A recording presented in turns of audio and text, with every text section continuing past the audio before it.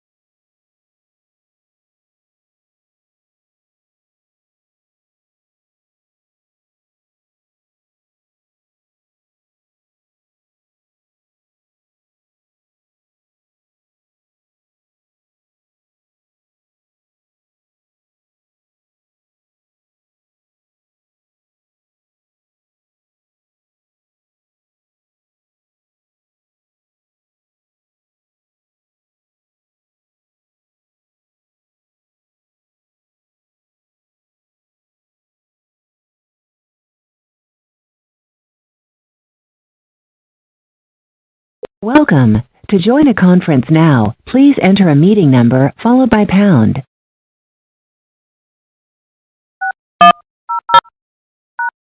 If you are the meeting host, please enter your PIN. Otherwise, the PIN you entered is invalid. Please re-enter your PIN.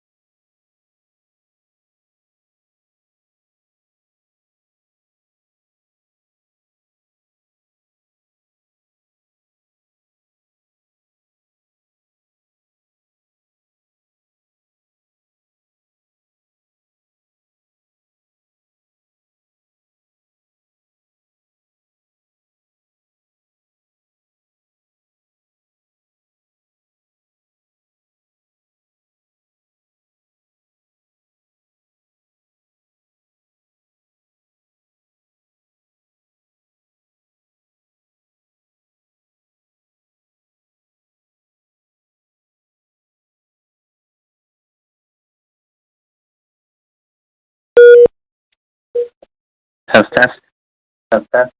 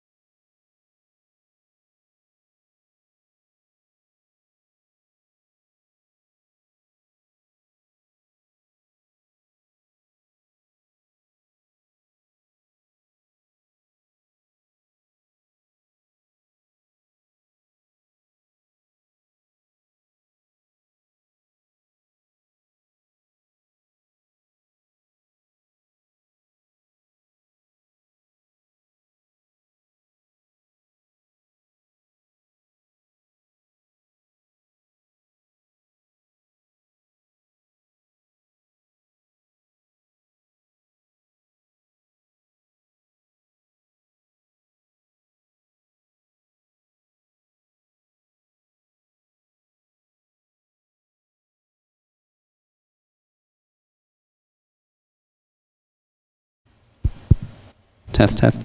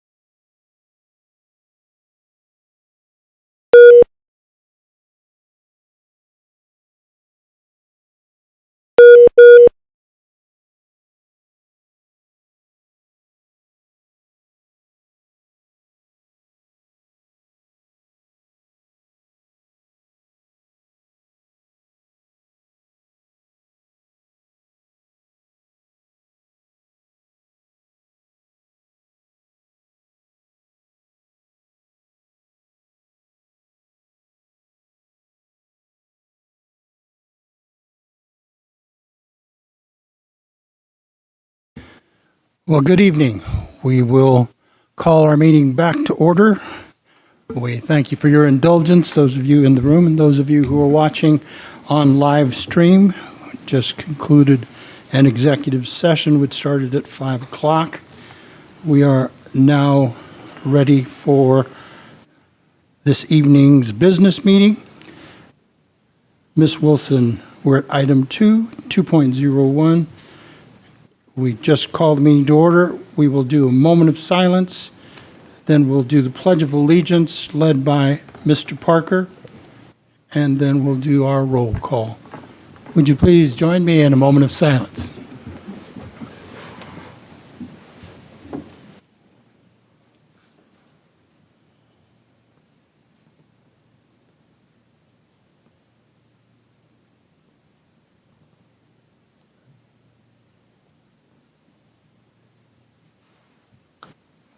Join me in a pledge, please.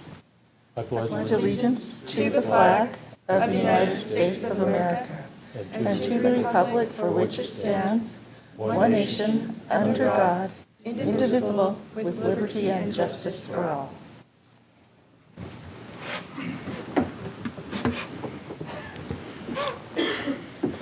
Thank you. We move to item 2.04. Ms. Wilson, would you please call the roll? Dr. Charles Santa Cruz, Here. Ms. Laurie Wood, Here. Ms. Sheila Ugeti, Here. Ms. Jill Humphreys, Here. Mr. Bill Parker. Mr. President, all board members are present. You have a quorum. Thank you, Mrs. Wilson. We're at item 3.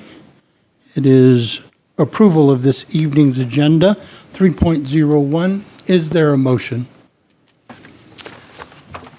I move that we approve the agenda tonight. Thank you, Ms. Wood. Is there a second? Second. Thank you, Mrs. Humphreys. Is there any discussion? Seeing none, we will vote. All those in favor of approving this evening's agenda, item 3.01, please signify by saying aye. Aye. Those opposed, the same. I'm going to say the motion carries 5-0. Ms. Ugeti is on telephonically, and it's intermittent there, so I'm hoping that she can hear us. We're at item 4, request to speak to the governing board. Would we please play the recorded message? open call to the public during a public meeting, subject to reasonable time, place, and manner restrictions to allow individuals to address the public body on an issue within the jurisdiction of the public body. At the conclusion of the open call to the public, individual board members may respond to criticism made by those who have addressed the board, may ask the staff to review a matter, or may ask a matter to be put on a future agenda. However, members of the board shall not discuss or take legal action on matters raised during the open call to the public unless the matters are properly noticed for discussion and legal action. During the open call, the board requests that speakers refrain from voicing complaints against school personnel or any person connected with the district, as it may impact due process rights. Policy KE, KEB, and KED are provided by the board for disposition of legitimate complaints, including those involving individuals. Forms required for use of these policies can be obtained from the Gilbert Public Schools website. Thank you. We have 9 requests to speak this evening. We will take them in this order. And please, I beg your pardon if I massacre your name. I don't intend to do that. And just as a matter of information, we received about 680 correspondence pieces from our interactive internet source. We have read emails by the dozens, and we have this opportunity this evening. So in this order, Talia Lawless, Hillary Bank, and Christiane Tijum? Time? Okay.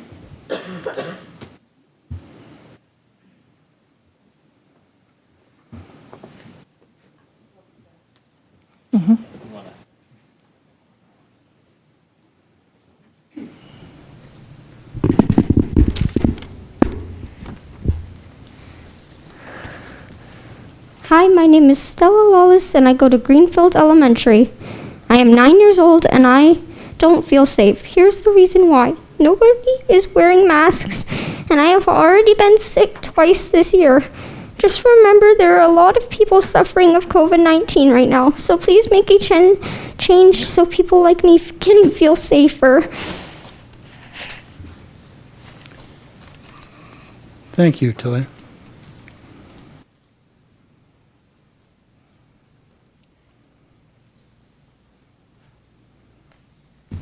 Hi, it's Hillary Rank, not Hillary Bank. I'm sorry. It looked like a B. Hello, I understand that masks are under discussion tonight and not up for vote, and I hope it stays that way. I'm here because I care about my children, their health, their freedom, and their future. I'm here to ask the school board to uphold the governor's mandate against forcing children to wear masks in school. I could sit here and read the scientific research from the CDC, PubMed, and peer-reviewed sources showing that children have a survival rate from COVID that is 99.997%, and that adults ages 20 to 49 years have a 99.98% chance of survival, or even that a CDC study determined that children are not shown to be drivers of the pandemic, or a study that the CDC conducted along with numerous other studies that showed that cloth masks are not effective in preventing transmission of the virus, or even that studies that have shown that masks are detrimental to children for a variety of reasons. Or I could ask why the government, CDC, mainstream media, and even some school board members aren't talking about the survival rate of COVID. Instead, they talk about the mortality rate. Or why aren't we talking about preventative measures adults and children can take to strengthen their natural immunity? However, I won't, because I know facts and science don't matter to those people who are still pushing masks in schools. No, I want to talk about our rights, my constitutional rights as a free person in America, and my rights as a parent. This isn't about a matter of the greater good. This is a matter of our God-given rights and freedoms. If you offered me a car seat, but the car seat couldn't keep my child safe, I'd decline the car seat. Not because I'm against your right to choose to use that car seat. I just find something that's a better fit for keeping my child safe, since I'm not really interested in things that don't work the way they're supposed to or do it safely. I'm not really interested in a false sense of security. What is so terrifying to me about what is going on in our world right now is that instead of the democracy we're all raised in that provides us the privileges that we have and our children have, people are so willing to give up and throw away their right to make medical choices for themselves and their children. My body and my children's body do not belong to the government, school, or even other parents. I think it's safe to say for the other parents who are here up speaking about masks, we don't want to deny any other parent or person the right to make the decision to wear a mask for themselves and their children. That is your choice and right as an American citizen. But your fear is not my fear. Your fear is not my children's fear. Your fear does not have the right to interfere with my children's education and health or my children's future as a free American citizen. What we tolerate today is what our children will embrace tomorrow. Thank you.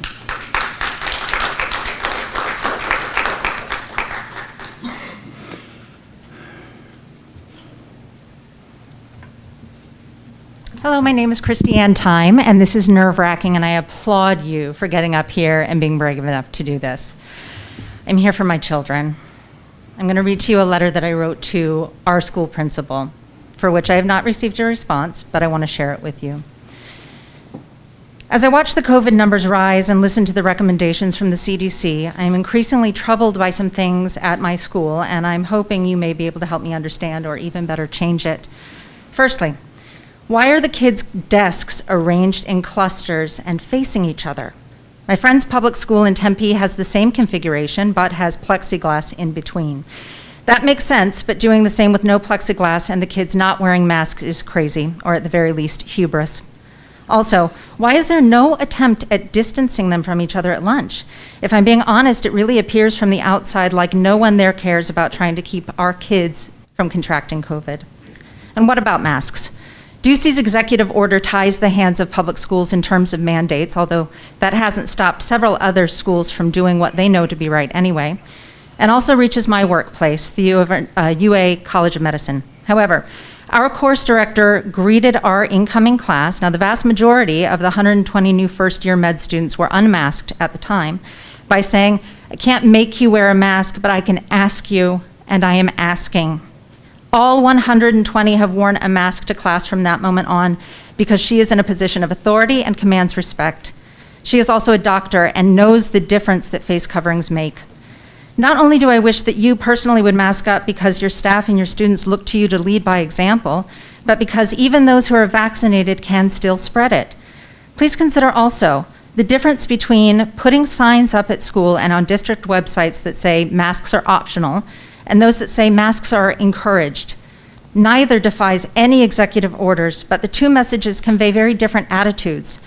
If elementary-aged kids had the option of being vaccinated, I would be more understanding of the lack of precautions, but they don't have that option, yet they're sitting ducks. They all wore masks last year. Why? To protect the teachers? And now that the teachers can be vaccinated, what, we don't care anymore? Again, that's how it appears. And just in case you think that COVID doesn't affect kids as badly as adults, let me tell you about my stepbrother who had to watch his 9-year-old, otherwise perfectly healthy and active daughter lose her ability to stand up, let alone walk, suffer through spinal taps and 3-hour-long MRIs, and then tolerate weeks of physical therapy, all thanks to the effects of COVID.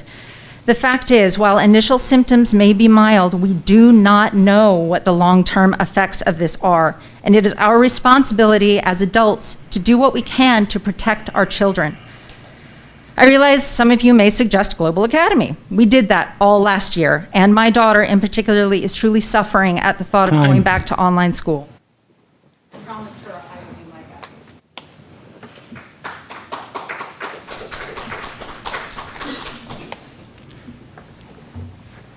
Next, Kelsey Wharton, Amber McAfee, and Jocelyn Kozier. Hi, I'm Kelsey Wharton. I'm a little nervous to do this. So I'm a mom of 3. I have a 3rd grader, a 1st grader, and a 1-year-old. My boys go to our neighborhood school, Carroll Ray Ranch. I do just want to take up some of my time. I do want to thank the board, and I want to thank everyone here. We are all weary and sick of talking about COVID, and it is not any of your jobs to be public health officials and epidemiologists, and I just want to say that I appreciate the difficult position that you're in. The fact of the matter is that our kids are getting sick. This year alone, our school already has had nearly as many positive cases of COVID as we did all of last year. My family is just finishing a quarantine after my 3rd grader was exposed to a classmate who tested positive. We had been in school 13 days at that point, barely getting into our routine. And I am really worried about what the rest of the school year looks like, both in terms of my children getting sick and also just the disruption to learning, the inconvenience, the parents who are needing to do work. I think we can all agree that last year was inconvenient, to say the least, if not very scary. I know that the districts have to follow state mandate, but I want to use my voice tonight to urge you to do everything that you can within your power. Please encourage masks. Your policy is to encourage but not require masks, and you could do more to convey that message. You could ask your principals to convey that message.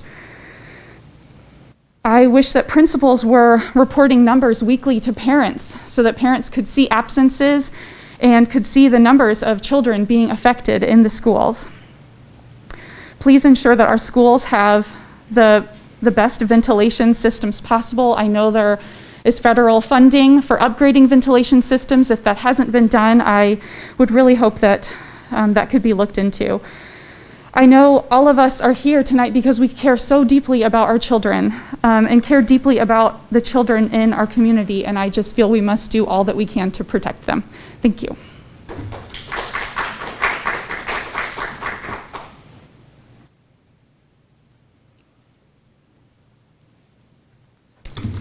I want to just welcome Mr. Parker. I'm glad our board is full again. I was here last month and I listed a whole bunch of stats and numbers of what I believe to be true. And this month I'm not going to bore you with that. What I do want to say is, once again, please keep masks optional. The reality is kids don't need these interventions just by the nature of being a kid. We don't really know the long-term effects of COVID, like someone said, and we also don't know the long-term effects of masking, but we have seen short-term effects, which I talked about last time, which was suicide, depression, all sorts of mental health issues are just booming in children. So I realize your job is hard to decide which one do you choose, but I think you need to err on, one, listening to the public. You had a public comment quorum. There were 680, I believe, you said, and I would wager after reading them that 630 were pro no mask or pro parental choice. Let the parents choose. The people of Gilbert have spoken, and I would also encourage each of you, if you have not, drive by a school, elementary, junior high, high school. Check out what lunch looks like, walk the halls. No one's wearing masks. The people have spoken. We did masks, and where are we? We're in the same place. Masks aren't the mitigation measure we were told they were, especially on children. What's the outcome? No one knows. How long are these kids going to be in masks? Forever? Is that what you want for your children and grandchildren? What kind of life is that? And you can say, oh, better than a dead kid. These kids are not dying from COVID. We take risks every day. If we're going to say that kids need to be in masks, it's too dangerous, then I sure as heck hope that every person that is asking for kids in masks is going to fill in their pool, because way more kids have died of drowning than from COVID. I hope that they're never going to drive again, because the numbers for kids who die in car accidents are far greater than COVID. So once again, I'm asking you as a mom, please look at Sweden. Sweden has showed us we do not need to put our kids in masks. Look at Florida. Florida has showed us that the schools and the districts that mandated masks and the ones who didn't, there's almost no difference between them. Masks are not the mitigation measure that are going to stop COVID. Children don't drive COVID. Everyone who's had a chance to be vaccinated has had that chance. It's becoming endemic. That's the flu, that's the cold, we live with it, and each family should have the choice how to protect their children. I have to sign a form if you are going to give my child Tylenol or aspirin or anything else at school. you give me that choice to allow you to do it or not. I'm asking you, please give me and all the other parents the choice to choose to mask up our kids or not. I really appreciate it. Thank you.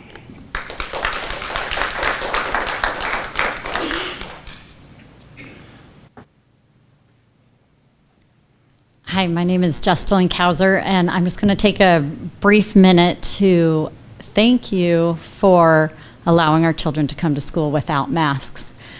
We as parents are so grateful that they can feel somewhat normal, that they can see their teachers smile, hear their teachers talk, see the expressions on their friends' faces. It has made all the difference this year. And I know that this is a hot topic. I know people feel strongly, and I want you to know that as parents, we're not against masks. We are against mandates.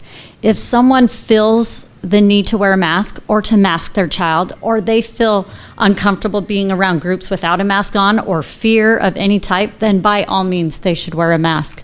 But for those of us that don't feel those things, that are more worried about other effects, then we should have that choice too, to send our children without masks. I'm grateful that you guys have listened to us. As a board, your job is to represent the voice of the community. Like Amber said, come to our schools, walk around, see how many students feel comfortable being at school without a mask. It is the vast majority. See how many teachers are comfortable there without masks. Again, at least in my children's school, it is the vast majority. And I am grateful for all that you have done, and I hope that we can maintain a normal year and keep masks off those that don't want them. Thanks.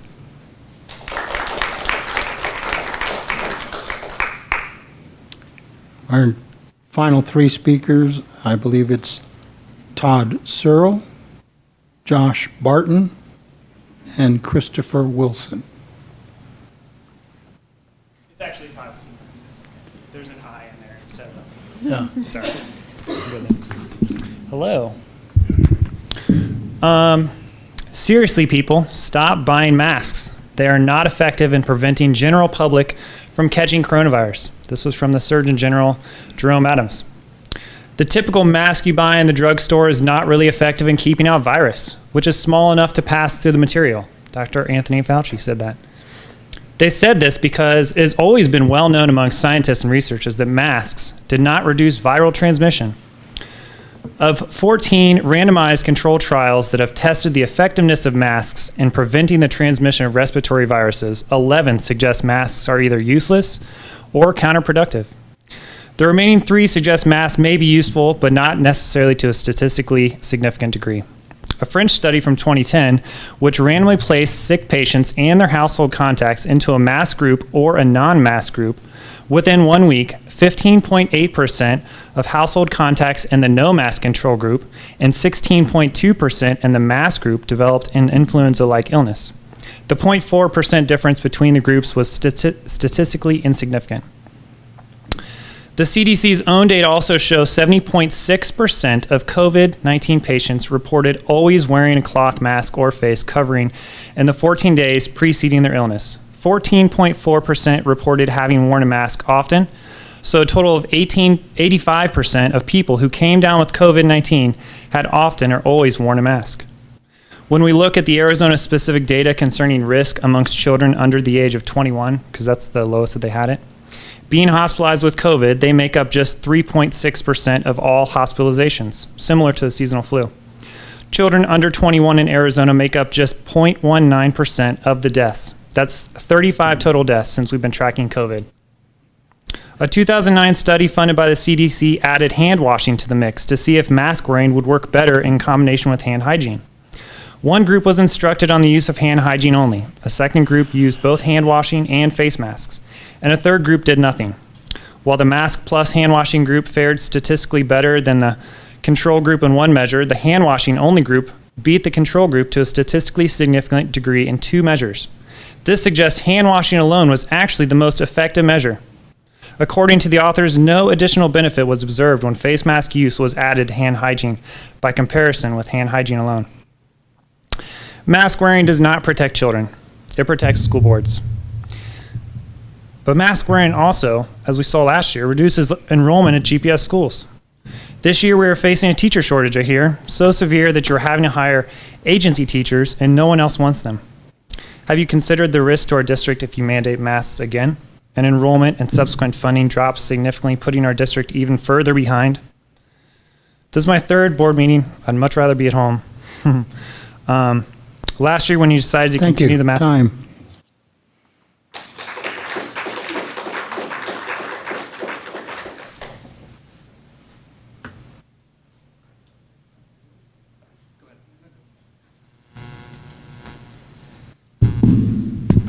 Thank you, ladies and gentlemen of the board. I'm sure you've heard enough about masking to bleed out of your ears, but I have a few more things to say, and I hope the board has some time to listen. My goal in standing before you is twofold. First, it is to thank you for your courage. I know that it takes a great deal of courage to stand and to protect the desires and the rights of your constituents when there is a lot of public and private pressure to do otherwise. And I'm grateful that this board has thus far stood up and has decided to defend what its constituents want, and has also decided to follow Arizona law, because I think it is an important thing that we provide to our students and our children the example of actually following and obeying that law, particularly when it has been enacted by the legislature and signed by the governor through the process that we're teaching our kids about. And I'm a lawyer, so and a father of a child that is in Gilbert schools, and so that knowledge and that respect for the law is vitally important to me in my career. And I want to encourage the board to continue to follow that law and continue to let the legislature be the guiding light on this, because they have chosen to do so and they have the right to do so under our Constitution. If the board is considering playing some kind of gamesmanship with the law, which I know is not technically effective until a few weeks from now, I would encourage the board to look at the statistics. Recently in May, there was the CDC quietly released a study that was the largest study of masking and other interventions in the United States ever done relating to COVID-19. It covered 90,000 students in 169 schools in the state of Georgia. It covered several months of time. And that study asked whether or not many of the interventions we have looked at over the last year and utilized over the last year were effective. Of note, and interestingly had quietly kept below the headline, was the fact that this study found that neither masking, plastic barriers, nor social distancing were effective at eliminating or reducing or even changing the number of COVID infections in these Georgia schools. That study was published on May 21st, 2021, just a month ago. I would encourage the board to take a look at that and to really spend some time studying if they're considering changing their position here, because I think it is by and far one of the most effective studies we have. And it's not the only one. There have been studies in Korea, Vietnam, and the United Kingdom well before COVID discussing the efficacy of cloth face masks. And they have all found that there is a minimal or no change in the use of those masks. Ladies and gentlemen of the board, I'm grateful for your courage thus far. In my life, in my job, I'm frequently asked to weigh the evidence. And I would encourage you as the members of the board to weigh the evidence. Here, there's a paucity of evidence in support of forcing our children to wear masks. And given that paucity of evidence, I would ask you to leave that choice to the children. Let those who are comfortable wear masks and let those who are not.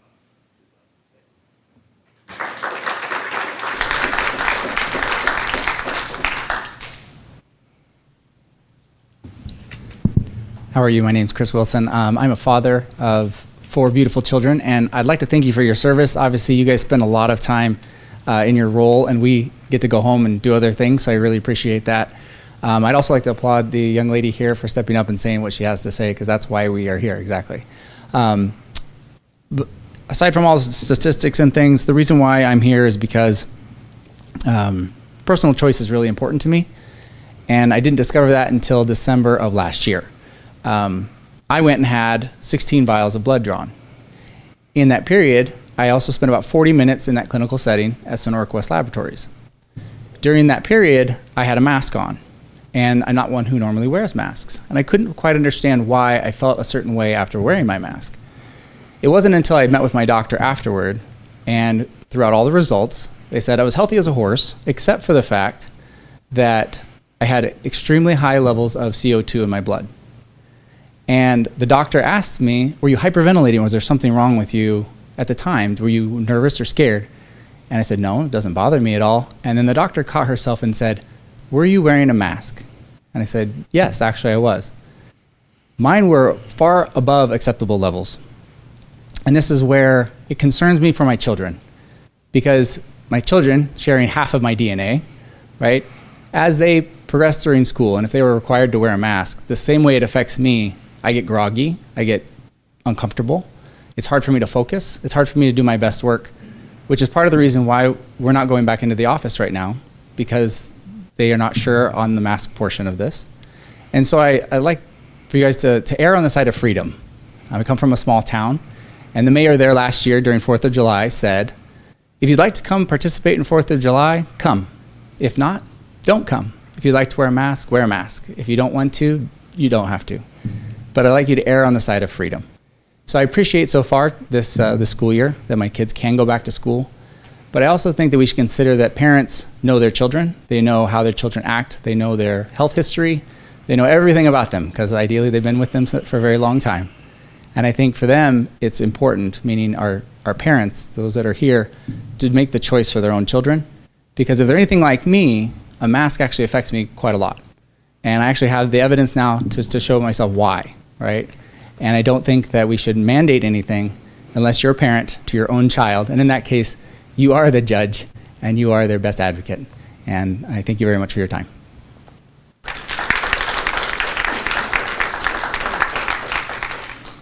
That was our last speaker. We thank those of you who came forward. We'll now move to item 5, reports. Item 5.01 is our monthly budget reports. We'll have item 5.01 and 5.02. Dr. McCord, do you want to turn it over to Ms. Betts? Yes, here we are again for our monthly budget reports. Ms. Betts and her crew do a phenomenal job reporting back to the board about all of the financials for our district. Good evening, Dr. Santa Cruz, governing board members, Dr. McCord. We are going to combine the monthly financial report with the budget revision number 1 report. So I'll stop between the two of them, of course, to ask any questions, but then we'll move right into the next presentation, okay? Very good, thank you. And I've decided to do this on my computer so that I don't have to point at Sean anymore and hope that the PowerPoint will advance.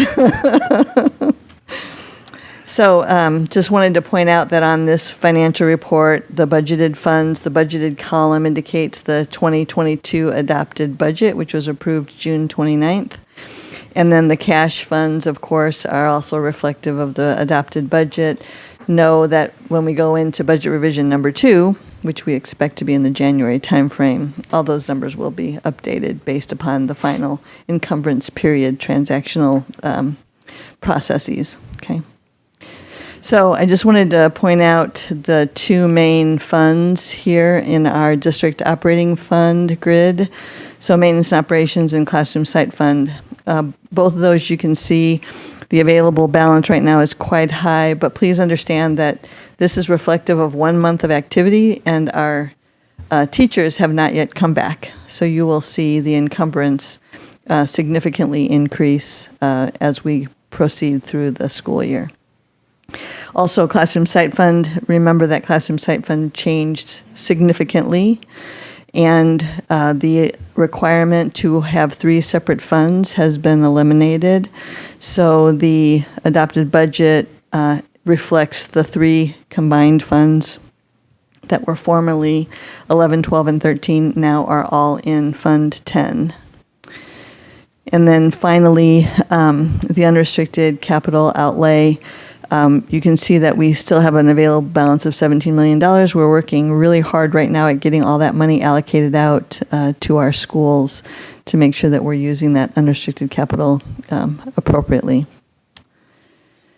So next, our federal grants. Just wanted to point out the ESG, the Enrollment Stabilization Grant, ESSER 1 and ESSER 2, that all those monies have been fully spent effective June 30 of 2021. And you can see the ESSER 3, the $22 million. We have received a significant amount of stakeholder input on the ESSER 3, and we hope to get the application in probably next week based upon that input. We are in the process of collating that, and your leadership team will be making recommendations starting on Monday. Okay. Classroom Site Fund Performance Pay, we had kept this out as a special fund in the state fund grid before, but note that it's zero because all that information is now in the district operating funds. And though statute requires that we still have a pay for performance component in Classroom Site Fund, it's not required to transact that or report that in its own separate fund. So federal and state grants, this is just a summary that I've just shared with you all. And then finally, the bond funds and the debt service fund. So wanted to point out that you can see the technology security line where there's $6.6 million in there from the 2015 authority. Remember that was primarily designated for the technology refresh, and so we were going through that for the next 2 years through 2022 and 2023. That should be fully spent. And then this is the 2019 authority.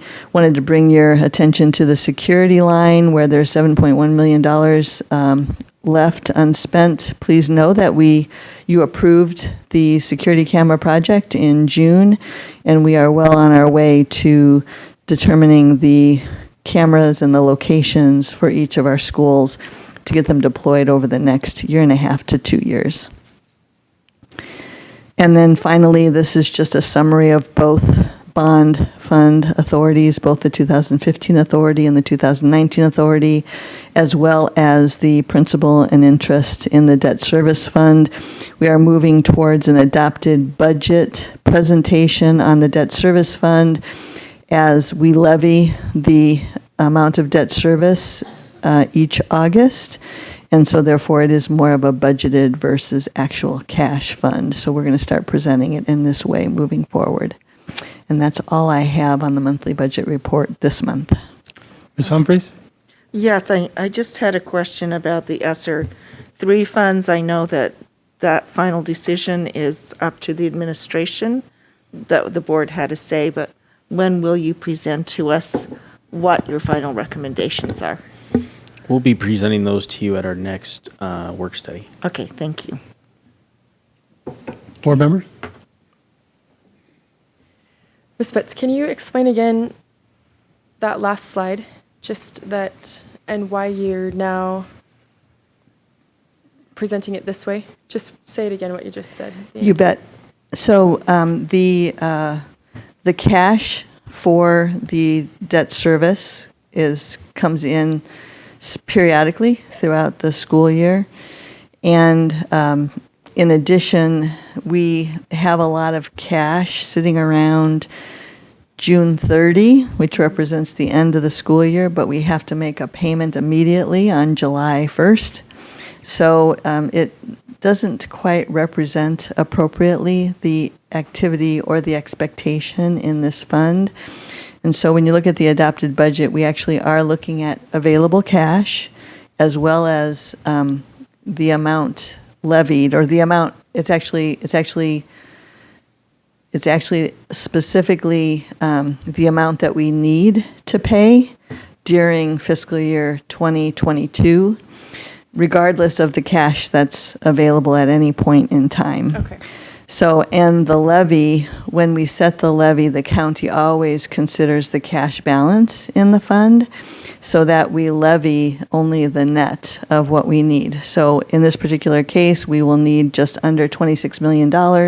We had about $1.3 million in cash, so we only levied the difference on the taxpayer. Okay, thank you. Okay, great, thanks. Any additional questions? No additional questions? Please continue, Ms. Betts. Okay, great. I'll move right into revised number one, the fiscal year 2022 revised number one budget. Couple of things. Please know that we felt it important to revise this budget sooner as opposed to later because we adopted a budget on draft forms. They were not approved by the Auditor General or the Department of Ed.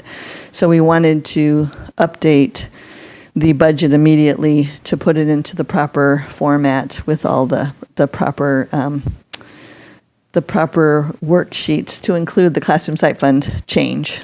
So all those things are now within the budget sheets that you have attached to this agenda item. Mrs. Betts, we did that because we didn't have the legislative session finished for our budget. Is that correct? That's correct. We adopted the budget in late June, and the legislative session did not end until June 30. Yes, so we had to adopt the budget by statute, but the legislature had not quite completed their work. So, of course, we had to do a draft because they hadn't finalized the budget. That's correct. Okay, thank you. You bet.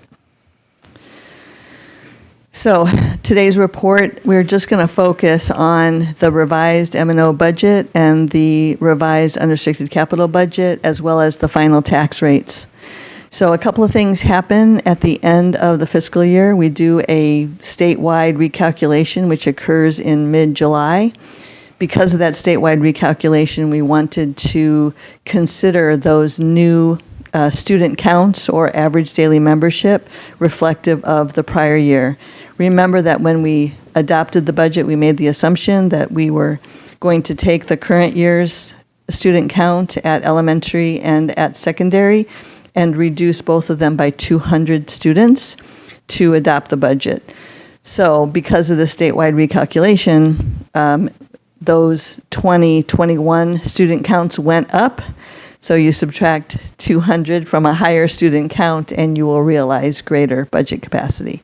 So we wanted to make sure that that was clear to all of you. So as an example, this is the grid that shows you the change.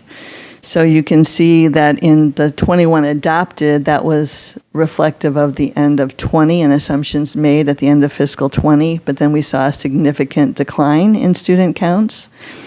So you can see our revised number 3 is just under 29,000 students, but you note from the fiscal year 2021 final recalc that it's just over 29,000 students, gaining about 100 student counts. And then the adopted was reflective of revised number 3, not reflective of the final recalc. So the fiscal year 2022 revised number 1 takes the 21 recalc and subtracts the 400 students. Slight variations there. No, that works. The math works. The math works. I get confused sometimes with weighted student count versus the actual student count. So we're good there. Note also the Arizona Online full-time. Note that the 21 recalc was actually significantly less than what was adopted. And so the revised number 1 went down, which actually helps us because we're funded at 95% on the AOI. So the students that we didn't have in AOI moved to the bricks and mortar to give us the additional budget capacity. And the same thing occurred, not as drastic on the Arizona Online part-time. So you can see our total going from 30, just under, we adopted 30,400. And so overall, our revised number 1 shows a slight decline, but remember this is student count, not weighted student count, and the difference between the Arizona Online versus the student counts reflected of our bricks and mortar students. So there are some significant changes that have occurred there. Any questions on that? Okay, great. So revised Mno budget capacity, again, now we're going to the weighted student count. You can see that the 22 adopted was about 120 students less than what the revised number 1 shows, reflective again of that AOI movement to bricks and mortar and the decline in the AOI overall. So the revenue control limit went up by about $600,000 directly due to the fact that we took a higher number from the recalculation and subtracted the 400 students. So we received more budget capacity based upon that assumption. And then note 2, the 15% override has actually increased by a little over $135,000. So we are putting in the $31,140,000 into the budget. Please know, though, that we levied the $31,003,000. So we expect that we will have to revise that down. The budget balance carry forward increased again because of the recalc. We received the cash, so because of that, we went ahead and increased the budget balance carry forward to reflect that change occurring again due to the July recalc of the prior year student count. And then everything else stayed the same. But you can see that the budget decrease from fiscal 2021 was originally a $2.8 million decrease and is now a $1.1 million decrease from prior year to current year with revised number 1. The other thing I think that's important to share with you is we know that we are up in enrollments, but we do not have a calculation for average daily membership or student count at this time. So we opted to not try to estimate what our new average daily membership would be, but you will see that when we bring the December or January revision to you. So before I go any further, are there any other questions? So again, just a couple of notes. Remember that the override is based upon prior year student counts, which accounts for that increase. Okay. So now going to revised unrestricted capital. So keep in mind that the unrestricted capital is based on a pure student count and a certain dollar amount per student count. So you can see that, and also the unrestricted capital is based upon prior year student count, which you can see by the formula. We went from 14,335,000 up to 14,338,000, so only gained 3,000 students. The total impact of the recalculation was only just a few average daily memberships or student counts. The biggest impact was the movement of the AOI students back into bricks and mortar. So for purposes of the district additional assistance or unrestricted capital, the student counts for the AOI as well as the student counts for bricks and mortar are the same. So the AOI is not reduced by that 5%, which is true in the MNO MNO budget capacity calculation. And then you can see that the budget balance carry forward has remained the same. And so because it's only $3,000, it still showed an increase of just $3.6 million. So a very limited change. Okay. And then finally, the 2022 tax rates. These are now set. The Maricopa County comes to us in early July and asks us to review their calculation. At that point in time, we engage in a conversation, and at that point in time, they had information regarding what our cash balance was at June 30. Because of that greater than anticipated cash balance in our debt service fund, we were able to fairly significantly decrease the secondary tax rate on the bonds. You can see that the 2022 estimated tax rate for the Class B bonds was $1.12 roughly, and it went down to $1.06.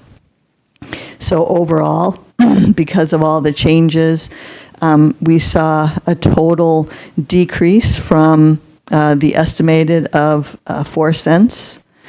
And you can see from the change over prior year as well as the change from the election estimate, we are almost 23 cents less than the prior year on our total combined tax rate, and 43 cents less than what we projected in the 2019 November ballot question. So, are there any questions on any of that? Okay. Ms. Woods? Thanks. So, Ms. Betts, so that's a good thing for our taxpayer. Yes. And how can we continue to keep that kind of positive impact on our taxpayers? So a couple of things. When we requested the additional authority for our bonds, we amortized the debt over a very short time frame. So as we go through the next 5 to 10 years, each year our debt service requirement will go down because we are paying back the bonds on a very fast schedule. So those are some of the things that were actually included in our planning back in November of 2019. And then what about the cash? Do we want to keep cash, and will we typically have extra cash on June 30, or how does that work? In the debt service fund, we do use the available cash to reduce the tax rate. There is not a formal way in which we do that on the primary tax side. However, keep in mind that keeping a cash balance overall is advantageous for our credit rating, as well as making sure that we don't have to incur debt service requirements on our Mno side, because the county does charge interest that we have to pay back when we borrow money on the maintenance and operations side. So keeping cash available to a certain level actually helps us and does help the taxpayer as well. Thanks. And we don't have adjacent ways. And we do not have adjacent ways. Which is the only taxing authority the governing board has, correct? That's correct. Other questions? Ms. Betts, I just want to say, go ahead, Ms. Ujetti. Mrs. Wood, having been a superintendent, it's really important to have cash, because if you don't, you can get yourself in a lot of trouble. So it's really a good thing to have a cash balance when it's done right. And I have every confidence that Dr. McCord and Ms. Betts do the very best they can. Thank you, Ms. Ujetti. My comment really relates to our modest and conservative approach to building a budget, and the 400 student loss estimate continues to be to our benefit. Am I correct there? Well, except for last year, which was the COVID year. Right, but correct. Yes, the last 3 years prior to last year, it has been to our benefit to be a conservative estimator on our student counts. The real crux is the conservative approach to building the entire budget, and that's been a benefit to the district. Other questions? I just had one question. When is a time frame that we would be able to get the ADM numbers, roughly? So the 40th day is like around the 20th of September. So at 28th or somewhere right around there, I think. Somewhere in that neighborhood. And so we believe that the submittal in September will result in us receiving student counts in October. All right. So we'll see it in our payments then as well. Thank you. Other questions, board members? Seeing that there are none, Ms. Betts, again, my compliments to you and to your team. I know they are here with you this evening, and we appreciate their diligence in getting reports ready for us. And Dr. McCord, I have released the presentation to you. All right, we will move to item 6, is the consent agenda. And item 6.01 is approval of consent agenda items. Is there a motion? Yeah. I'll make a motion to approve the minutes of the consent, approval of consent agenda items. Thank you, Mr. Parker. Is there a second? Second. Thank you, Mrs. Humphries. Any discussion? Seeing no discussion, we will vote. on approval of the consent agenda items. All those in favor, please signify by saying aye. Aye. All those opposed, the same. Motion carries 5-0. We're at item 7, action items, items for consideration, discussion, direction, and possible approval.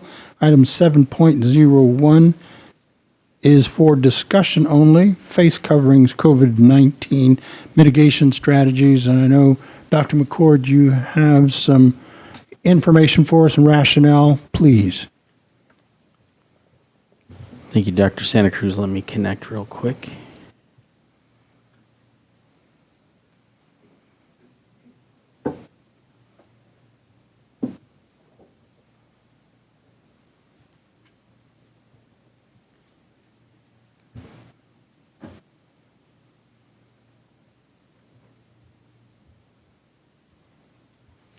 Okay, thank you. Tonight, we'll be discussing, and again, like you had reiterated, and it's been reiterated earlier, it's for discussion only, but we'll talk a little bit about face coverings as well as our mitigation strategies, knowing that we're going to continue with making masks optional as we move through the school year. It's important we take a step back and look at our mitigation strategies. And I've heard from a lot of different people that our mitigation strategies are poor. I've heard that they're great. I've heard everything in between. And I think it's important that I go through what is currently practiced and what will be practiced moving forward as we continue on with this pandemic. Along with that, I've had the opportunity to be at almost every school so far this school year. And I've seen some phenomenal things going on that are totally unrelated to COVID. It's all about education, and that's really, really nice to see. But I also see the things that our schools continue to do to try to make a school day as normal as possible, but keeping in mind what we're dealing with as a school district and as a community, as a state and a country. And so it's important to me to get feedback from staff as well as administrators, principals in particular, about what's going on out there. What do you see? What can we do? And I've asked them specifically, what can I do differently, without mandating a mask, but at the same time, what can we do on our campuses? And they came back with some of the things that we did last year, but they also reiterated some of the facts that some of the things we did were actually not needed because it just was difficult to enforce. And when I say enforce, just logistically very difficult to make happen on campuses. And so I understand that as well. And so what I'll go through a little bit here is what we're currently doing. I'll have our Director of Health Services, Jen Frost, talk a little bit about quarantine when I get to that point and what our practice is. And we'll go from there, and then you guys can have a discussion about anything else related to this topic. If I can go. Okay. Face coverings. As I just reiterated, face coverings will remain optional, but they are strongly encouraged for all of our students and staff. As a lot of folks came up and talked this evening, and what we've heard from a lot of different people is that, they want them to remain optional. But again, there are a lot of people out there that definitely want to wear a face covering, and we encourage that. We don't want to discourage anybody from having that opportunity. And if you look at the third bullet, we have had this conversation with our site administrators before the school year started and continue, and that is that if people's behavior related to wearing a face covering impedes on a student's education, we are going to address it. There's no question about it. If somebody's going to get bullied because they're wearing a mask or because they're not wearing a mask, we're going to address it. Has it happened out there? I haven't heard of it very often, but yes, I'm not naive either. I know these things happen, especially when an adult's back is turned to somebody. So we are going to definitely address those things. The CDC and the ADHS strongly recommend the use of masks indoors for those who are vaccinated and unvaccinated in areas of higher substantial transmittal rates. We also know that we have a lot of folks that are vaccinated out there. And there are opportunities if people want to be vaccinated almost on every corner within Gilbert and East Mesa. People can go and get that. And again, those are encouraged as well. But again, it's your choice. We want to make sure that the information that you need to be able to acquire what you need is available on our websites, and I believe that is available in our sections under our websites as well. So again, moving forward, they are strongly encouraged. I think people wondering why isn't the district pushing this, or why aren't you coming out real strong about this? It is a choice, but I strongly encourage it for anybody that wants to wear it and wants to make sure that that's how they are going to protect themselves. There's no question about it.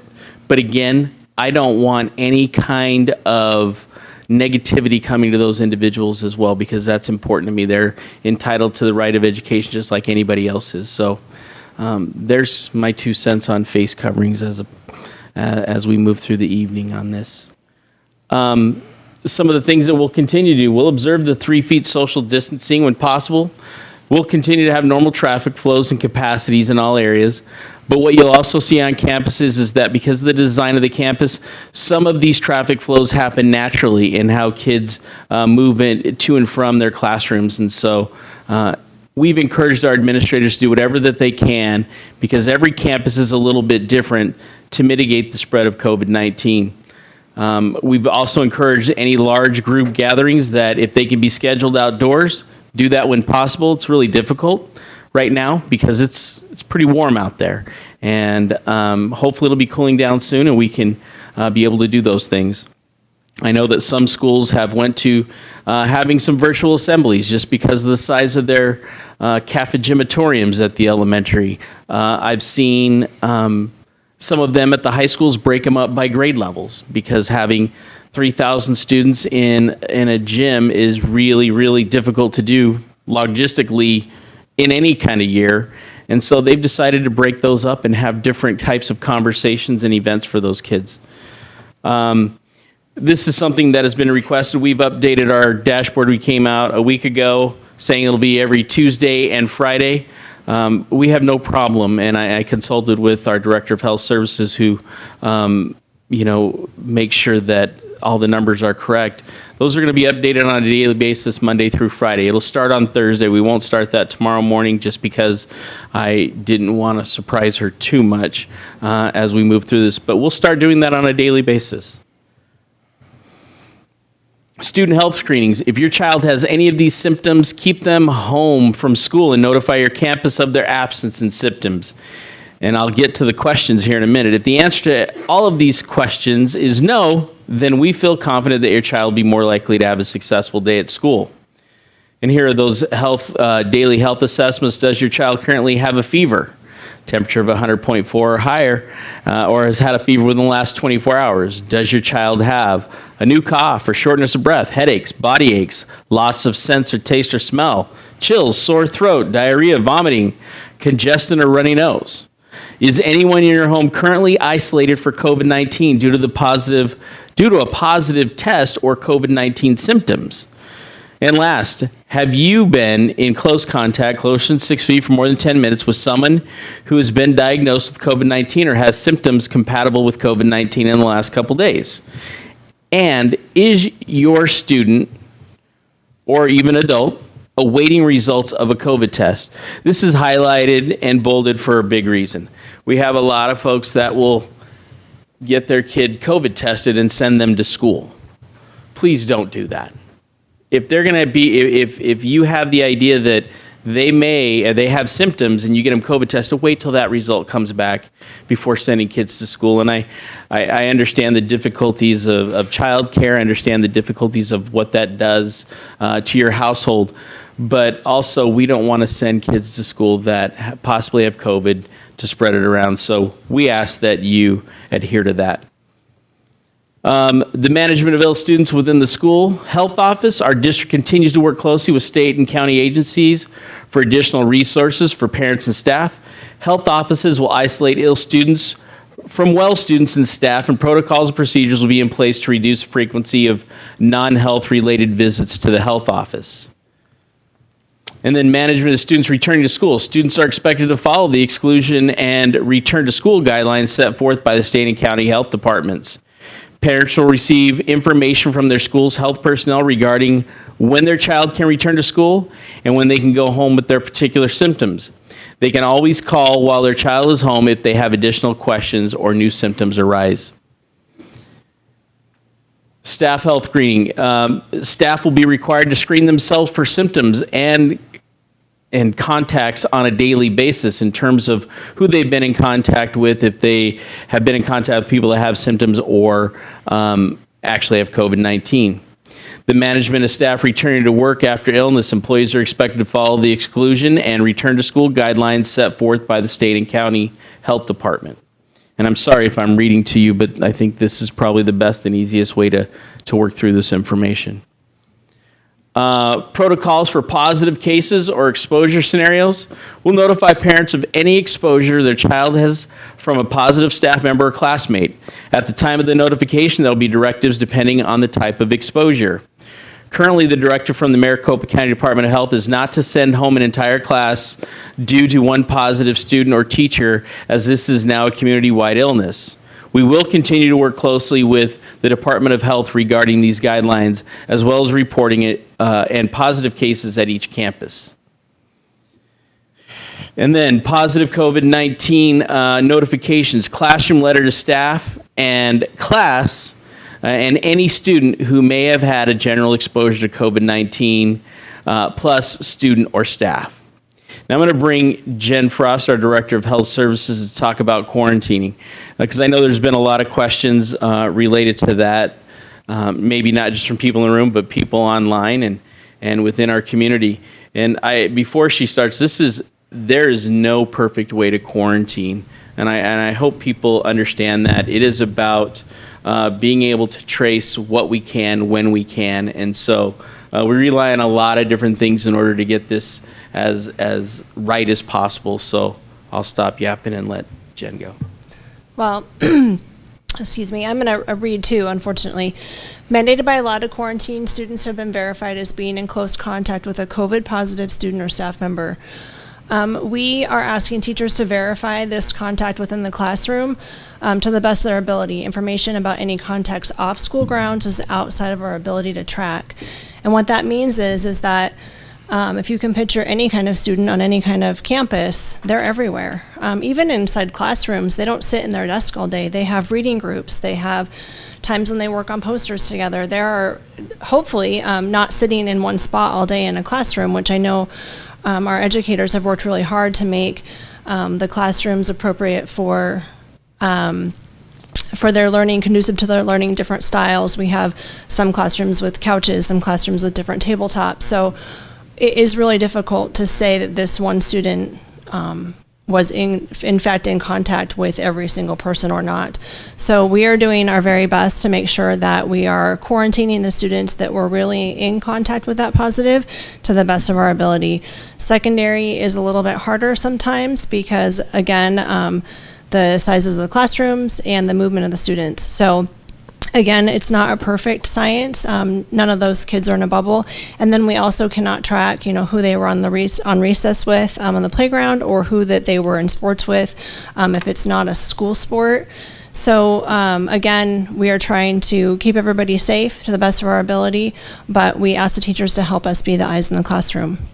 CDC and county students or staff have been vaccinated do not need to quarantine. That's a CDC and a county guideline. Also, if they've had COVID in the past 3 months and we have verification of a positive test, then they do not need to quarantine either. Any questions for Jen before she sits down related to quarantining?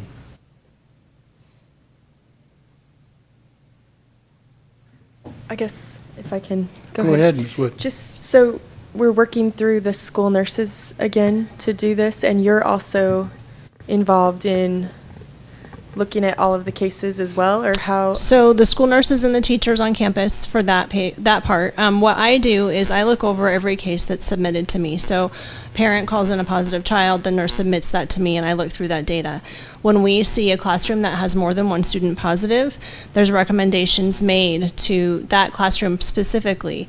We recommend that the students be separated. If their desks are in groups, we ask that they be put in, in lines. The requirement is no group work for the next 10 days or a limit of group work for the next 10 days and a limit of any kind of group projects for the next 10 days. If they can get through that 10 days without any further cases, then we can go back to normal. So it's another step. In some ways, I know people think it's very simple, 6 feet, 15 minutes, but it's not when we look at the movement inside of classroom. And we really, at the heart of this is school. This isn't a hospital or a clinic. This is school. So we want them to be able to educate our children. So I'm looking at it from another view so that we can hopefully mitigate on that side. So if we're seeing areas where we see more than one case, again, there's recommendations made to that specific classroom so that it's hopefully helpful in that specific case, and then it's not something that we're doing as just kind of a vague overall to everybody. Thank you. Mrs. Frost, with the new Delta variant being more contagious, will we be able to track, and know, we'll just know that if there's two cases that aren't related, because it's going to be more infectious, it's going to be harder to, I think, to pin down where that infection came from.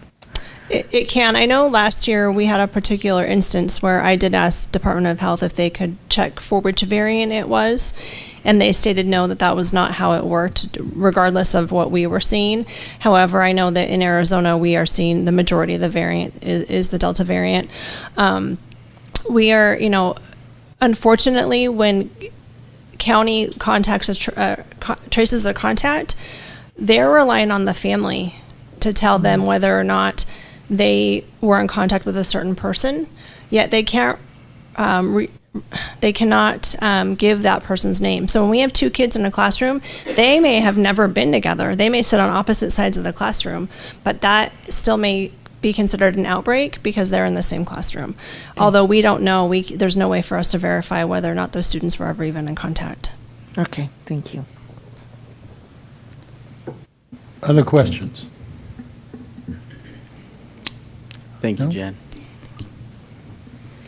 Okay, I'll continue on. In terms of notifications, we continue to find ways to ensure we can communicate with our parents in a timely and effective manner in an effort to keep our parents as informed as possible. Please note this school year, student close contact notifications will continue to be sent out via email, and we will be adding text message to alert you to the fact that you have received an email. You will only receive a text with regard to a student close contact notification that specifically involves your student. Should you wish to keep your student home and or have them tested, we will support your student any way we can. Monitoring campus, I think Jen just talked about that in terms of if there are areas in a classroom or on a campus, she will separate those. She will give direction to make sure that they're spaced out as possible in that classroom, and again, monitor for the next 10 days to see how that has progressed. Again, hand washing, it's going back to some of these basic things, but we need to remind ourselves, upon arrival at school, use sanitizer if there's no sink available. Wash your hands after any physical activity or before and after meals, after sneezing, coughing, and blowing noses, because we know that happens quite a bit on campuses. And so we also have to look at what do we have going on our campuses. And some of these will be a repeat as I go through a couple of these slides. But we'll physical distance where possible. I know that was a big concern last year. It is hard to physically distance in a classroom. It's hard to physically distance on a campus in general. Classroom and lunchroom seating will be socially distanced as much as possible. Signage will be displayed on campuses wide promoting best practice behaviors. Signage reminding students and employees to complete daily health assessments. At a department, if a visitor does not have an appointment, the department will be contacted to determine whether someone is available to assist the visitor. If that specific staff member is not available, the person will be asked to reschedule and come back at another time or have a different type of conversation in a different mode of communication. Hand soap will be available in all restrooms. Posters on how to wash hands properly will be posted in all restrooms and at all classroom sinks. Hand sanitizer bottle or dispenser will be in every classroom and placed at the entrance to buildings. Bottle of cleaning supplies with the cloth and instructions will be provided in every classroom. Cloths are changed out daily by custodial staff. Again, this is practice that was continued on from last year. Desk and any touchable surfaces should be wiped down daily at the end of use. Capacity athletic events will be determined by the Arizona Interscholastic Association, that's AIA. And they also have some protocols in terms of if there's positive students within any of the teams. And so we follow those protocols extremely well. Tables and surfaces will be wiped down with sanitizing products at the start and end of each meeting and day. Sharing supplies such as pens, pencils, notepads, etc., and congregating in work and supply areas is strongly discouraged. While shared equipment will be treated nightly, individuals are responsible for sanitizing shared equipment, such as copy machines, before and after use. Wipes and cleansers will be provided. Looking at the breakfast and lunch modifications, again, use of hand sanitizers and ongoing cleaning of tables and chairs will occur throughout the lunch periods. 3 to 4 students per table facing in the same direction when possible at the elementary. The secondary levels, they'll be provided space outside in libraries and other areas throughout the building to eat their lunch, spreading out students. Hand sanitizers is an ongoing cleaning of tables, again, will occur during the lunch periods, and additional garbage cans will be provided for disposal of completed meal packaging and leftovers. After each lunch periods, everything will be wiped down again for the students for the next day. And then again, cleaning and disinfecting, enhancing training for all custodians and non-custodial staff on the use of disinfectant application. Every year we seem to get a different crop of custodial staff. People come and go, and so we continually train them on what the expectations are related to this. Disinfecting in high traffic areas, doors, counters, sinks, other horizontal surfaces. Restroom and health office touch point areas will be disinfected twice daily. Guidelines and supplies for cleaning desks and table provided to each classroom teacher. Again, signage for hygiene. The use of laundered and sanitized color-coded microfiber cloths for specific surface areas to avoid cross-contamination. Utilization of electrostatic sprayers for wide area disinfecting. And I believe we touched on that several months ago. And those seem to be pretty effective, and I think the schools like those a lot to help sanitize. A minimum of a 20 to 30% outside air damper control will be maintained. Operation of outside air units, or OAUs, and HVAC unit fans will be maintained to ensure constant air changes. And MERV 8 pleated filters will be used in both the HVAC units and the OAU. Bonnie, what's a MERV 8? I know it's an odd term. It's just the level of ability for the filter to take out the size of a specific particle. I don't know what MERV stands for. I can't help you there. I'm sorry. But it's a higher quality to help. It's one that's Looks recommended. like Jen may know something there. Oh, Jen. Oh, there she comes. Thank you, Jen. Oh, those are used in hospitals. Good. Thank you. School closures. School closures will be determined by Maricopa County Department of Health. Field trips. Day trips will proceed. Overnight field trips will be reviewed by Administrative Services. Food services. The federal government has extended free meals for school-age children for this school year. And recess, there's no restrictions at this point in time. Transportation. Observe the 3 feet social distancing when possible. Buses will be sanitized after each route, and windows and vents will be partially open to circulate fresh air. Water fountains will be open inside and outside, and this is something we'd closed down at one point in time, but we also got a lot of complaints that kids were getting a little bit dehydrated, and again, this time of year. But we also, several of our campuses have water water bottle filling stations, and we're looking at trying to make sure we have every one of our schools that have those available to our students. And classroom seating, social distance if possible. Teacher will still determine the physical layout of their classroom, but we are suggesting rows, and if that's possible. Sometimes there are tables in classrooms in terms of desks, regular individual desks, but a lot of times there are tables, and so our teachers have gotten very creative over time in terms of trying to help them social distance in those circumstances. And that would be it for right now. Thank you, Dr. McCord.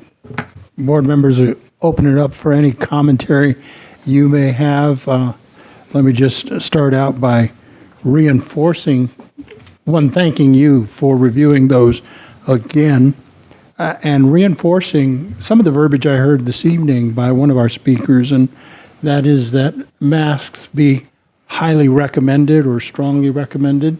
I don't see that that's a mandate. I simply see that that is a courtesy reminder to anyone coming to our facilities. So I would encourage us to explore that.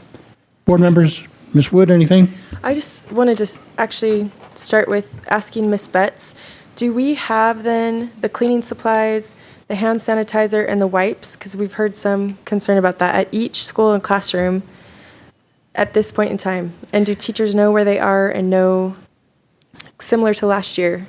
If they don't know where they are, I have not heard that, but we maintained the Cintas cloth contract with that provider to make sure that we are getting regular replenishment of laundered microfiber cloths, and all of the schools still have the spray bottles in each classroom as well as those microfiber cloths. And we have the And we have all the spray. chemicals, and Yeah. yes, So if a teacher or staff member doesn't have that, for they some need to reason- they need to let me or Albert know immediately, and we'll make sure that we get that done. Okay. And then as well as the hand sanitizer? Hand sanitizer is in, we got plenty of stock on the hand sanitizer. Okay, so let's... Again, the schools would still need to order it. Yeah. But we definitely have it in stock. Okay. That was just... Different than kind of a last year follow-up. when we were waiting That's for what it I at this was time. wondering at. Thank We do you. have it now. We do have it now. Other questions? Comments? Well, I'll keep going then. sorry. Dr. Did you want to? Okay. I think it's I'll really wait. important No, that I'll wait. Oops. Is Ms. Ujetti going? Okay, I think it's really important that we continue to provide the data and the notifications that we have been, and as accurately and urgently as we can for our families. That empowers them to make the best decisions for themselves. This has required a lot of difficult decisions for our families this past year and a half in many, many ways. And I appreciate that and respect that, and our staff as well. And I have to say that we're not out of that yet. You know, we still have to make those difficult decisions as things come up. And I'm respectful of that. And I think the better data that we can give, the more timely that helps families make the decisions that they need to, and staff as well. So I think that's really important. Thank you, Ms. Wood. Mr. Parker? Yes. I'm really proud to be a member of this, a member of this community. Tonight we had groups of people that had strong opinions on both sides of the issue, and we were able to discuss it and be respectful of each other and respect each other. And I think that's a credit to the town of Gilbert and the school district. As far as mitigation, I think we're on the right path. This is something I really believe that we need to have flexibility on. We need to watch the way things are going with the infection rates and that type of thing. The last thing in the world that I want to see is us to have to go back to remote learning. I've been on a screen with Zoom. I know how challenging that can be when the kids are sleeping sometimes. We need kids in the classroom. So the only thing I would ask is that we be flexible and we watch where we're going and be willing to look at other solutions if we have to, and hopefully we won't. Thank you, Mr. Parker. Ms. Humphries? Do we want to let Ms. Ujetti, I thought she was starting to speak at one point, so. Ms. Uggetti, were you needing? No, I'll let Mrs. Huff first. She said for Ms. Humphries to go ahead. Okay, all right. I just wanted to make sure she got a turn. These are really hard decisions. And personally, I feel like when we're talking about masking, that should be a state decision, not a local school board decision. And it should be based on county metrics. And I think that would be much easier on all of us because this has been hard. I mean, we just saw a little girl speak tonight that is struggling with her concerns. And I think that we need to be careful to understand the challenges of those around us. I did want to state there are quite a few organizations, governmental organizations and private organizations that are encouraging people to get vaccinated and to wear masks. The Center for Disease Control, Governor Doug Ducey is encouraging people to get vaccinated and wear masks. Dr. Kara Chris, the director of the Arizona Department of Health Services, the Maricopa County Department of Health Services, the American Academy of Pediatrics, the Arizona Hospital and Healthcare Association, and the Arizona Public Health Association. All those have come out and specifically said that wearing masks will help us. And the Arizona Hospital and Healthcare Association put out a statement that, they are getting, hospitals getting full.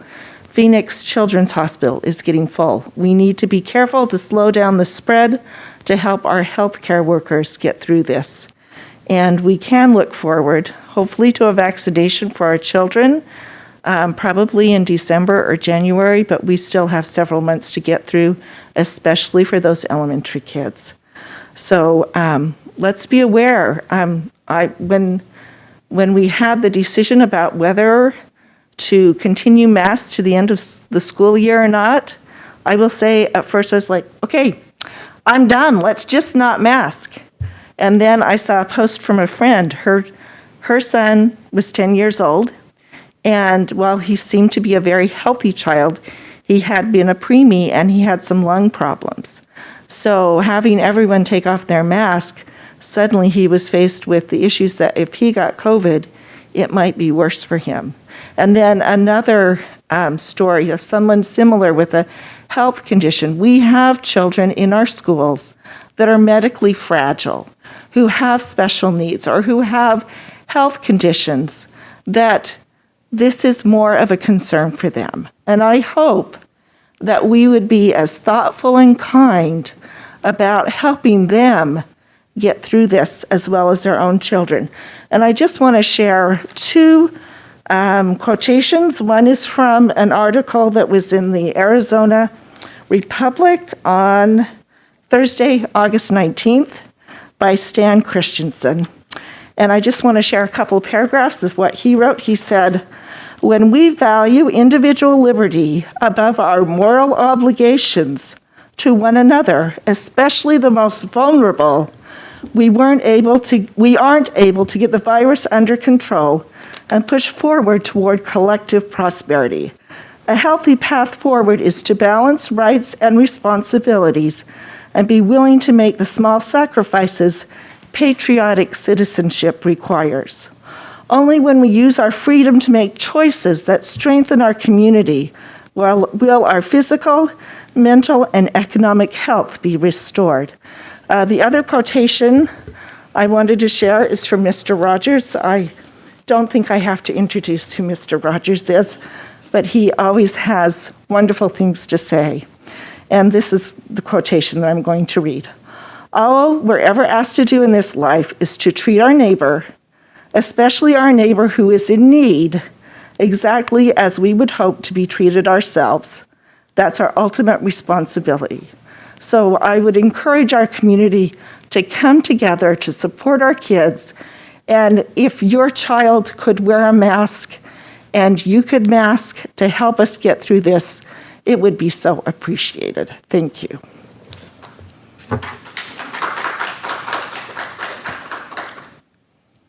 Ms. Uggetti.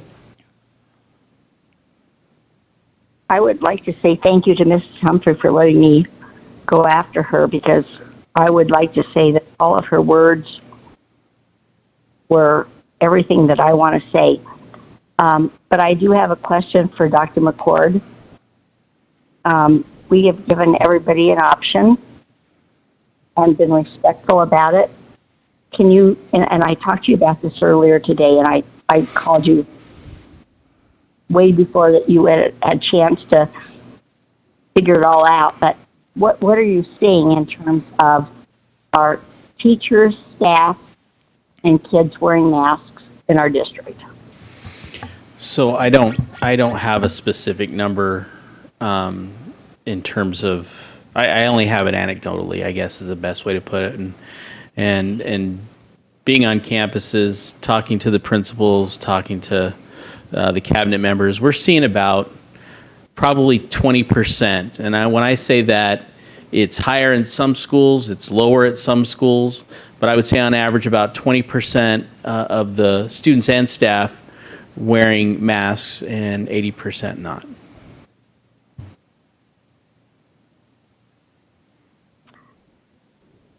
Thank you. I knew that was what you're going to tell me, because I didn't give you the information in time.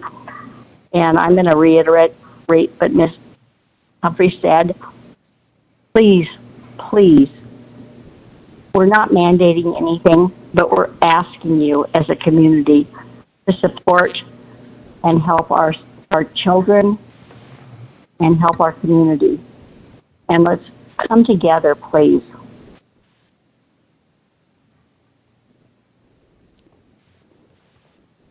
Thank you, Ms. Uggetti. Dr. Santa Cruz, Yes, just go to ahead, add on Ms. to Wood. that, could we just also, as we're saying, could we please abide by the mitigation strategies that we have in place? Yes. Masks are optional, and then we've had a plea to please use them, but let's, for sure, absolutely, if your children are sick, keep them home.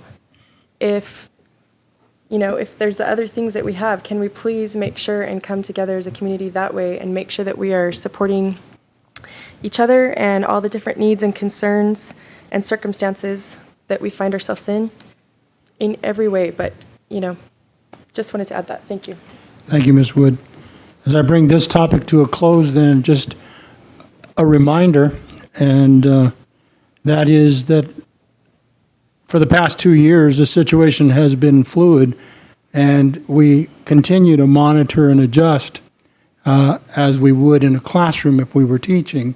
So should things change drastically, there may be a need for this board to revisit some things that might be contrary to what has been said or stated or intimated this evening. Don't know that for sure, but it certainly is a possibility given the fact that we have endured this thing for the better part of 2 years or more. So the mitigation strategies and the review of that was for all of us concerned working together, so that those who believe that we have ignored that and aren't doing what we said we were going to do, that those in fact are items that are paramount and important for our day-to-day operation, and those people who need to know or to have the ideas expressed by Dr. McCord reinforced, they have now been reinforced. And I'm sure that their supervisors will do the same again tomorrow and for the days to come. So that being the case, I will also reiterate that a consideration for signage that says masks strongly recommended or highly recommended, as mentioned by one of the speakers this evening, not a bad idea. We'll move on to item 7.02, which is FY 2022 Revised Budget 1. Dr. McCord, anything by way of introduction? Note, Ms. Betts presented the revised budget information in the report section. We just ask for your approval. Board members, you have had an opportunity to review that in your board packet. You have viewed the presentation from this evening. Is there a motion? I move that we revise the 2022 budget number 1. Thank you, Ms. Humphries. Is there a second? Second. Thank you, Ms. Uggetti. There is a second for FY 2022 revised budget number 1, item 7.02. Is there any discussion?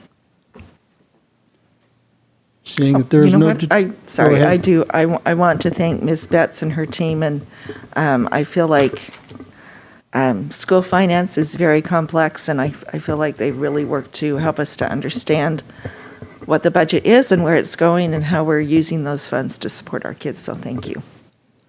Thank you, Ms. Humphries. No other discussion. We will vote. All those in favor of 7.02, please signify by saying aye. Aye. Those opposed, the same. Aye. Motion carries 5-0.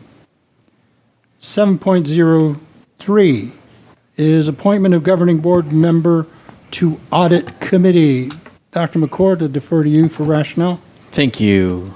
Dr. Santa Cruz, governing board members, the appointment of a board member is required as part of the audit committee membership. The audit committee bylaws indicate that this committee shall consist of up to 7 members appointed by the governing board. The committee shall include the superintendent, assistant superintendent of business services, director of finance, a governing board member, and internal auditor, along with 2 community members. You approved the appointment of Mr. Reed Carr at the last governing board meeting tonight. You're being asked to nominate and approve a governing board member to sit on this board-approved committee. Thank you, Dr. McCord. And with that rationale, I'd like to move that we appoint Mr. Bill Parker to the audit committee. Is there a second? I'll second that. Thank you, Ms. Humphries. Mr. Parker, any objection to that? We'll talk about it. We'll talk about it later. Okay. Remember, I just read it. I didn't nominate you. I do want to point out to our community, in case they don't know, that Mr. Parker used to work at the Auditor General's office, so he has lots of knowledge to bring to that position, so thank you. All right. Any discussion? Seeing that there is no discussion, we will vote on the motion and the second for item 7.03, appointment of governing board member Mr. Bill Parker to the audit committee. All those in favor, please signify by saying aye. Aye. Those opposed, the same. Ms. Uggetti, I think I heard an aye, but wasn't quite sure. You did. Okay, thank you. Motion carries 5-0. Item 7.04, FY 2022 Transportation, Driving, and Monitoring Retention Incentives. Dr. McCord, any rationale? Thank you, Dr. Santa Cruz. I'll turn it over to Ms. Betts. The point of this agenda item is, again, continuing to try to incentivize individuals to retain in our transportation department, as well as possibly attract in the future. So as you know, or we've talked about that as of Friday, we're down 43 bus drivers. And in addition, we do still see a fair amount of absenteeism. So we were hoping that by offering additional money for driving, that it would incentivize more of our drivers, van drivers, and bus monitors to schedule their appointments when they're not required to drive on behalf of our students. So the intent is to do this for the year, though we will reassess after the first semester to determine the effectiveness of doing that. But at $2 additional per CDL bus driver, it could be as much as $2,000 per employee if they are here every day that they're scheduled to drive. And that, of course, translates to our students getting to school and back home on time and regularly without interruption. And Ms. Betts, you had indicated that we have budget capacity should we move and pass on this item? Yes, sir. So we anticipate it will be under $500,000 total to include payroll benefits.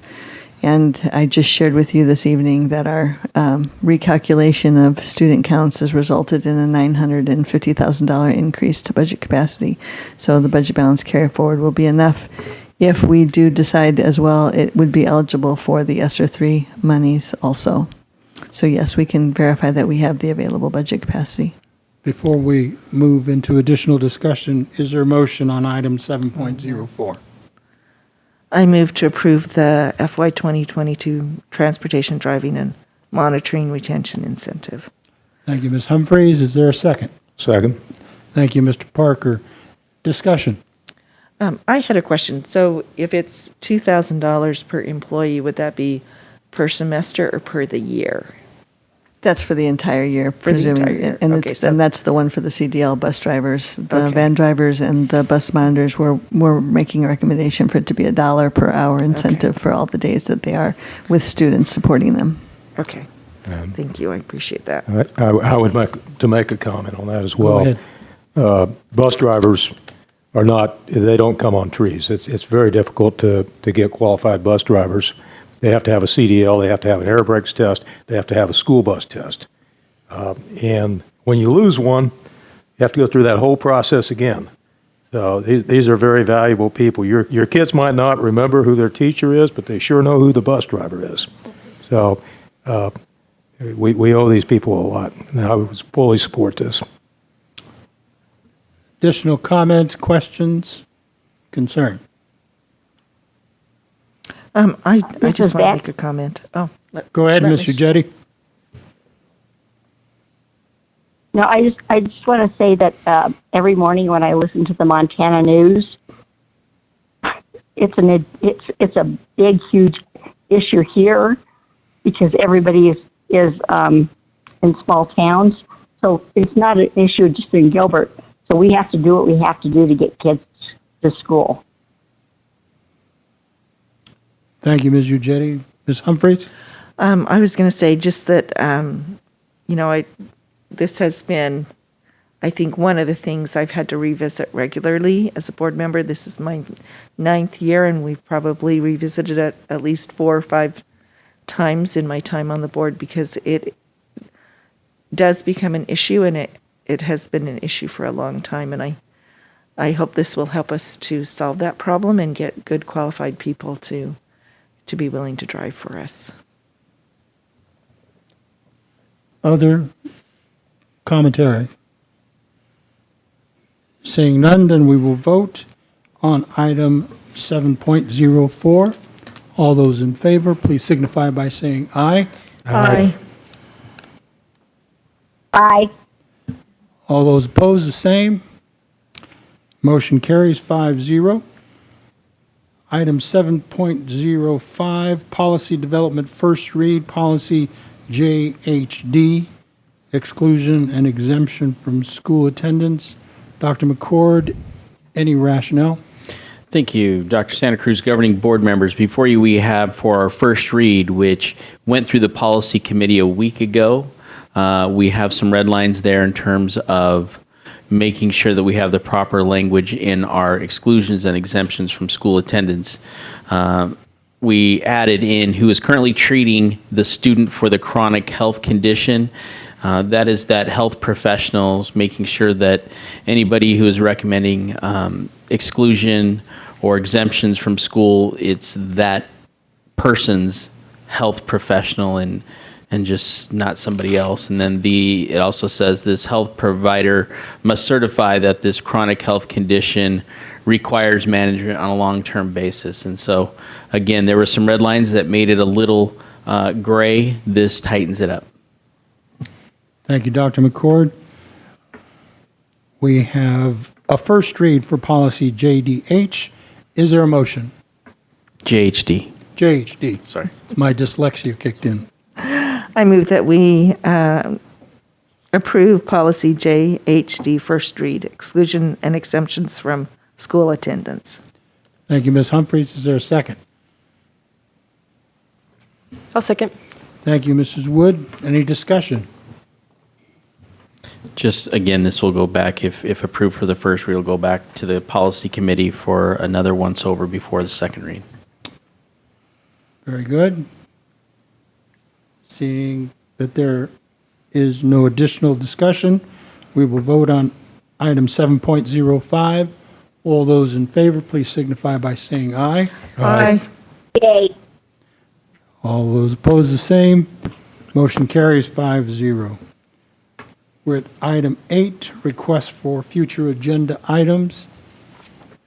As in the past, we would suggest that if you have items to be considered for a future agenda, please make contact with Mrs. Wilson, and we will put that on the docket for consideration. We're at item 8. We're at item 9, board committee reports. 9.01 is Gilbert Ed Foundation. Ms. Humphreys? I have nothing to report tonight. I know that's not my usual style, but I have nothing to report tonight. Thank you, ma'am. Thank you. Items 9.02, City of Mesa Liaison, Ms. Wood? I had a discussion with Council Member Thompson recently, and we were discussing some ideas of possibly working with the businesses in Mesa and Gilbert to give feedback on, and I know we've done this in the past, but just another idea, chambers of commerce and different things, to give feedback on our high school courses and how we can prepare our high school students for work. Mesa's been looking at that a lot, and they're having a conference about it, so I thought that would be of interest to us, so maybe I'll discuss with Dr. McCord a little bit more what we're looking at. Be a good item for Mr. Daly to be involved in as well. Oh, yeah. But I'm sure that Dr. McCord will pull in whoever he needs. Okay. Thank you. 9.03, Town of Gilbert Liaison is vacant at this point.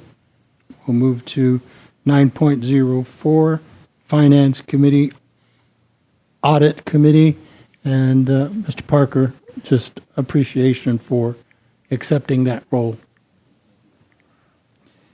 Item 9.05 is Trust Representative, Ms. Uggetti. We had our meeting last Tuesday, and we are in good health, so I have nothing more to say. Thank you, Ms. Uggetti. Item 9.06 is Legislative Representative, and I have nothing to report that hasn't already hit the public media. We move to item 10, meeting dates. Dr. McCord? Thank you, Dr. Santa Cruz. Governing board members, our next meetings are as follows. September 14th, it'll be a board work study and brief board business meeting. September 21st is our board policy committee meeting. And September 28th is our regular board business meeting.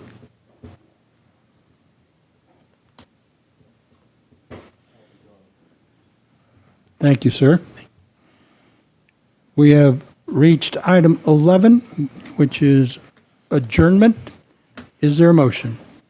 So moved. Thank you, Ms. Humphreys. Is there a second? Second. Thank you, Mr. Parker. Discussion? No discussion? Aye.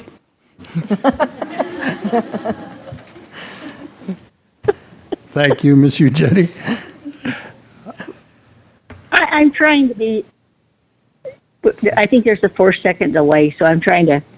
Oh, she fix Oh, it. you were trying to anticipate You were it. trying to anticipate that? Okay. So Mrs. Uggetti Yeah, has I didn't already think there would be a voted discussion. for adjournment. That will go on record. The rest of us will now vote. All those in favor of adjournment, please signify by saying aye. Aye.